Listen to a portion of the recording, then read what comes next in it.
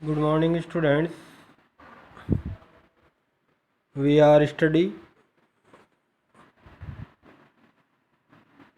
BSc Part Second,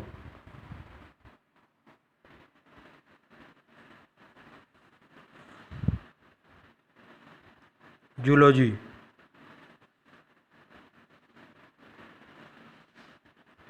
VRAP.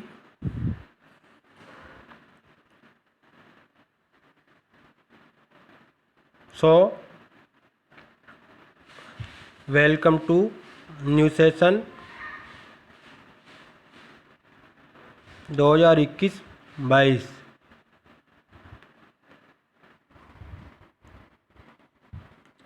I am S.K. Mehta, Assistant Professor and HOD, Department of Zoology, Government Girls PG College, Bara. Now we are studying Zoology,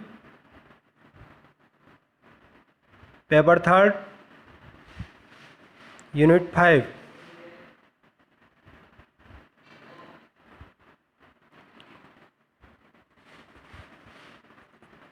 first में हम पढ़ेंगे statics के अंतर्गत definitions of statics. इस unit में पूरी unit ये statics यानी सांख्यिकी के ऊपर डिपेंड है। और सांख्यिकी यूँ तो बहुत सरल सब्जेक्ट है, लेकिन ये तुम्हारे समझने के ऊपर डिपेंड करता है। सांख्यिकी में तुम मेरे से कुछ भी पूछ सकते हो, समझ में नहीं आए किसी भी चैनल से, व्हाट्सएप के माध्यम से कि सर ये बात समझ में नहीं आई। तो हम स्टार्ट करते हैं। सबसे पहले अकॉर्डिंग टू सिलेबस सांख्यिकी की परिभाषा। किसी भी चीज़ को पढ़ने से पहले हमें उसके शाब्दिक अर्थ का ज्ञान होना चाहिए। सांख्यिकी वैसे तो गणित की ब्रांच है, लेकिन इसको जब बायोलॉजी के अंतर्गत उपयोग किया जाता है तो इसका नाम होता है बायोस्टैटिक्स, जैव सांख्यिकी।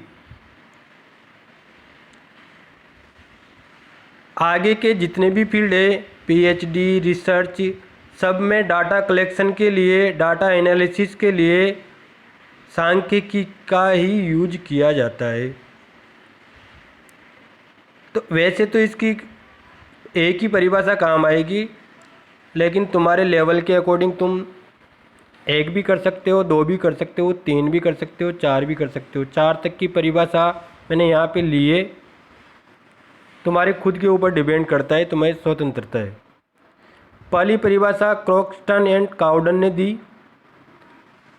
उसके अनुसार सांख्यिकी विभिन्न संख्यात्मक, ध्यान रखना, विभिन्न संख्यात्मक समांक यानी आंकड़े, डाटा, विभिन्न संख्यात्मक आंकड़ों के संग्रहण यानी इकट्ठा करना, प्रस्तुतिकरण या प्रेजेंटेशन, विश्लेषण और निर्वचन से संबंधित विज्ञान है।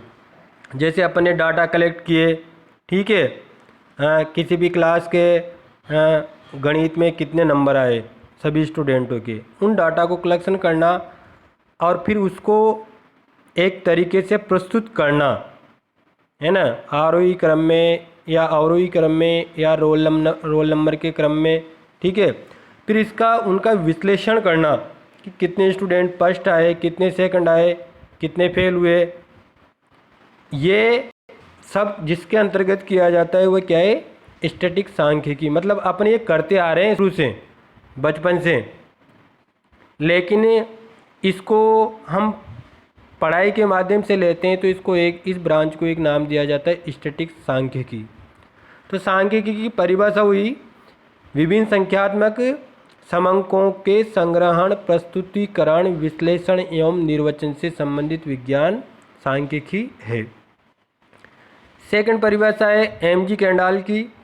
इसके अकॉर्डिंग सांख्यिकी वैज्ञानिक विधियों की वह शाखा है जो विभिन्न प्राकृतिक तथ्यों के मापन अथवा गणना से प्राप्त आंकड़ों से संबंधित होती है।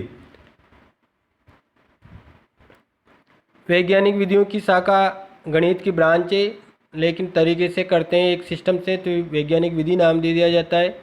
विभिन्न प्राकृतिक तथ्य, स्टार्टिंग में हम जो डाटा कलेक्शन करते हैं, डाटा खोज के लाते हैं, वह प्राकृतिक ही माने जाते हैं जहाँ तक उन डाटाओं में हम अपना हस्तक्षेप नहीं करते। थर्ड परिभाषा है बोले की। उसने बताया कि सांख्यिकी विभिन्न विभागों से प्राप्त सूचनाओं के आंकिक निरूपण से संबंधित है। यानी कोई सा भी डिपार्टमेंट हो, उनसे जो सूचनाएं प्राप्त होती है या सूचनाएं प्राप्त करते हैं, सूचनाएं कलेक्ट करते हैं, उनको आंकड़ों के रूप में व्यक्त करना, डाटा के रूप में, सांख्यिकी यानी संख्या के रूप में निरूपित करना, प्रदर्शित करना सांख्यिकी कहलाता है। ठीक है। ऐसे ही एक जनरल परिभाषा है प्राकृतिक परिघटनाओं पर आधारित आंकिक समंकों का वैज्ञानिक अध्ययन। नेचुरल घटनाएं, जहाँ तक मनुष्य का हस्तक्षेप नहीं है, सब घटनाएं नेचुरल मानी जाती है। उनसे जो डाटा कलेक्ट होते हैं संख्यात्मक रूप से, उनका वैज्ञानिक अध्ययन, वैज्ञानिक तरीके से अध्ययन करना सांख्यिकी कहलाता है। Statistics is the scientific study of numerical data based on natural phenomenon. ठीक है ना। तो सांख्यिकी की ये 4 परिभाषाएं, एक परिभाषा तुम्हारे हिसाब से कोई सी भी कर लेना। सामान्यतः अपने ये कह सकते हैं कि सांख्यिकी एक ऐसा विज्ञान है जिसके अंतर्गत प्राकृतिक परिघटनाओं या प्राकृतिक तथ्यों को संख्यात्मक रूप से वैज्ञानिक तरीके से प्रदर्शित किया जाता है। ठीक है। अब ले लेते हैं अपना अकॉर्डिंग टू सिलेबस इसका next point, functions of biostatics, सांख्यिकी के कार्य। ठीक है। तो फर्स्ट कार्य इसका तथ्यों को निश्चित संख्याओं में प्रकट करना। जो परिभाषा में अपन ने पढ़ा था उसी का विश्लेषण कार्य में हो जाएगा। तथ्यों को विभिन्न संख्याओं में प्रकट करना, to express fact in exact number. यानी जो भी आंकड़े अपन को प्राप्त होते हैं उनको संख्या के रूप में, जो भी सूचना में प्राप्त होती है उनको संख्या के रूप में निरूपित करना। जैसे कि प्राणियों की आयु, भार, लंबाई, समष्टि घनत्व, ये सब गुणात्मक लक्षण हैं। लेकिन जब इन्हें संख्या के रूप में दिखाया जाता है तो हम आयु को संख्या के रूप में ले सकते हैं, भार को ले सकते हैं, लंबाई को ले सकते हैं, समष्टि घनत्व, इन सबको संख्या के रूप में प्रदर्शित किया जा सकता है। व्यक्ति की ईमानदारी, बुद्धिमत्ता, निर्णय क्षमता, ये गुण अभिव्यक्ति निश्चित रूप से जीन के द्वारा नियंत्रित होती है। ठीक है ना। तो वर्तमान में इन गुणों का भी जैव सांख्यिकी के माध्यम से उपयोग किया जा रहा है। सेकंड है अपना जटिल जैविक तथ्यों को सरलतम रूप देना, to simplify complex biological data. विभिन्न शोध कार्यों में जो डाटा में प्राप्त होते हैं वह रैंडम होते हैं और डिस्प्लेसमेंट होते हैं। तो इन आंकड़ों को हम एक निश्चित क्रम में सारणी के रूप में क्लासिफाइड करेंगे।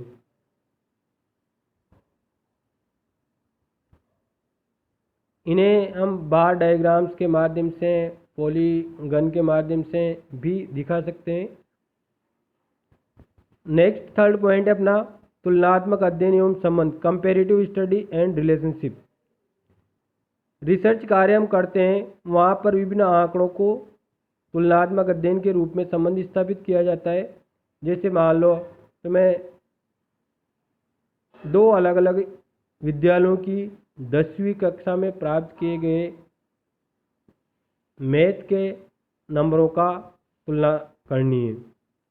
तो जब तुम दो अलग अलग स्कूलों के गणित 10वीं कक्षा के गणित के नंबर लिखोगे तो तुम दोनों की तुलना करोगे तो तुम्हें पता लगेगा कि किसी में कम है, किसी में ज़्यादा है, किस विद्यालय में अच्छे मार्क्स आए, किस में खराब मार्क्स आए। ठीक है ना। तो ये हो गया तुलनात्मक अध्ययन एवं संबंध। फोर्थ है अनुभव एवं ज्ञान में वृद्धि करना। तो अगर ये करोगे तो अनुभव तो बढ़ेगा ही सही, ज्ञान में वृद्धि होगी सही। ठीक है ना। नेक्स्ट है विभिन्न समस्याओं की महत्ता पर प्रकाश डालना। और जब अनुभव प्राप्त होगा और ज्ञान में वृद्धि होगी तो जो विभिन्न समस्याएं हैं उन समस्याओं के इम्पोर्टेंस का तुम्हें पता लगेगा। ठीक है, कि ये अध्ययन कितना सही है, कितना गलत है, कहाँ पे हमसे गलती हो रही है, कहाँ पे सुधार करने की संभावनाएं। नेक्स्ट है वर्तमान तथ्यों का विश्लेषण एवं पूर्वानुमान। जैव सांख्यिकी के विभिन्न विधियों के द्वारा तथ्यों का विश्लेषण करके पूर्वानुमान लगाया जा सकता है। इसके माध्यम से मेडिसिन के उत्पादन और इनके प्राणियों पर परीक्षण के कारण होने वाले प्रभावों का भी अनुमान लगाया जाता है। अपना लास्ट कार्य है सांख्यिकी का तथ्यों में सहसंबंध स्थापित करना। जैव सांख्यिकी विधियों के द्वारा विभिन्न तथ्यों के मध्य संबंध को स्थापित किया जाता है। जैसे किसी औषधि के सेवन से मनुष्य के बारे में वृद्धि होती है या कमी होती है। ये वृद्धि या कमी कितने प्रतिशत हुई, इस बात का संबंध स्थापित हो जाता है।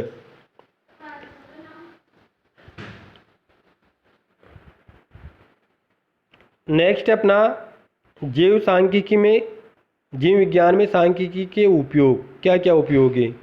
ठीक है, तो पहला है अपना आनुवंशिक सांख्यिकी। जेनेटिक्स के अंतर्गत सांख्यिकी का बड़े रूप में उपयोग किया जाता है। मेंडल के तुमने देखे होंगे, मेंडेलियन आनुवंशिकी को पढ़ा होगा। उसने अपने विभिन्न डाटा को स्टैटिक्स के रूप में ही प्रस्तुत किया है।